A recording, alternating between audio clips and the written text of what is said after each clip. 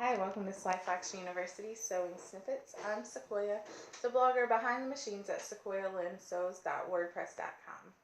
Today I'm going to give you a quick tutorial on how to complete a full bicep adjustment.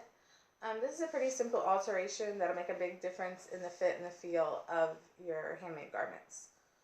When I first started sewing, one of the biggest issues I was having is my sleeves weren't fitting properly. They were often too tight and uncomfortable to wear. So what I initially was doing, not knowing any better, was I would just split my pattern in half, add a couple inches in there, and then sew it into the bodice. The problem with that was it fit my bicep correctly, but it left a lot of extra fabric around the top of my sleeve cap that just looked bulky and messy.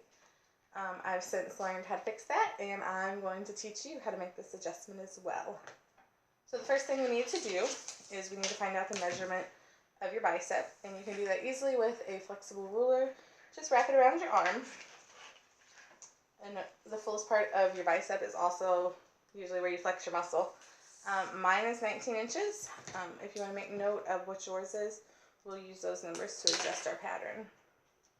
The next number we need to get is the distance from our shoulder, where our sleeve would normally rest, that seam, down to our bicep area where it's the fullest.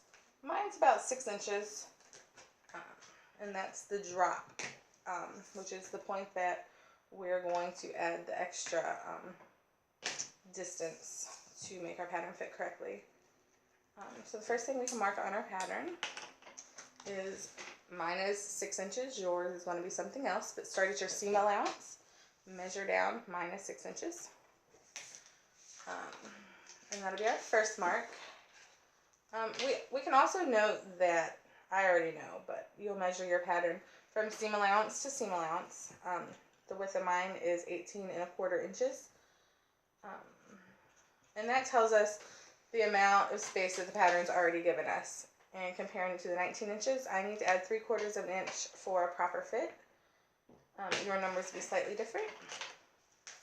But the next thing we're going to do is I use my quilting ruler to draw a line straight across my pattern, intersecting the 6-inch drop down mark. The larger ruler just allows me to be able to make the mark in one pass. And it's typically more straight. Same thing through the top center. All patterns will have the shoulder point marked, and you'll just transfer that marking onto your paper pattern when you adjust it. So next we're going to cut.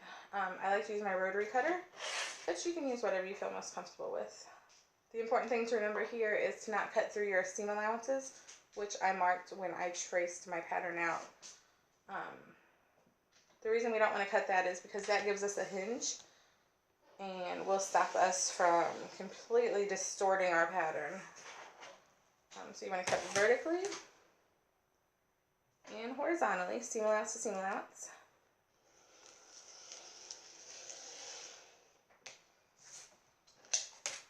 And this will allow us to open up our pattern. Sometimes you'll get little cut-offs where we've overlapped paper, but that's okay. Unless you tear your pattern. But that's okay. You can fix it easily with a piece of tape. I just use regular printer paper, so I have to take 4 pieces together to get a size big enough for my patterns. But if you're using pattern paper, or some people even use freezer paper, you might not have to connect pieces. Okay, the next thing we need to do is, we know that we need to add 3/4 of an inch into our pattern, and it's really easy if you're using a rotary cutting mat because the grid lines are already there. And it's as simple as just opening your pattern up 3/4 of an inch, and I use my grid. There we go. And I tape it right to the mat. It'll pull off easily in a few minutes. You're going to do the exact same thing with the bottom halves. These tilt upwards. And you're just going to match them up with that 3/4 mark.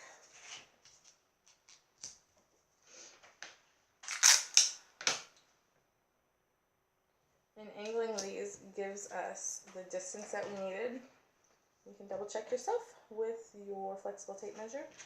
And that gives me 3/4 of an inch, which means my bicep is now going to fit. For stability, you can just tape a little piece of scrap paper to the back.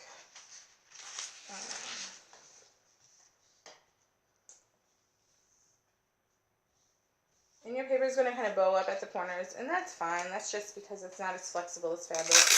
When you're actually cutting out your fabric piece, it will lay fine. And then I just use my rotary cutter to trim off any overhanging pieces.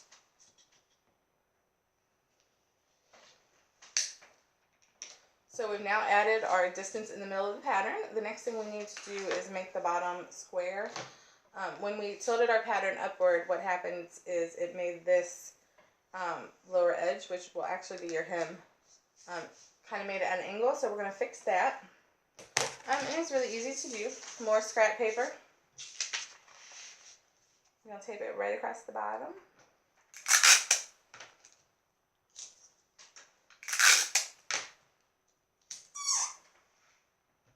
And just to show you how big of a difference we got in moving the pattern, I'm going to draw a line with a Sharpie so you guys can see that it is important that you true up the bottom line.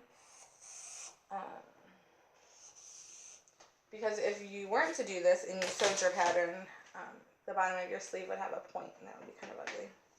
So as you can see, there's quite a distance that it was actually off. Should be about 3/4 of an inch, and it is. So we can trim off that excess. Cut right along the line I just drew.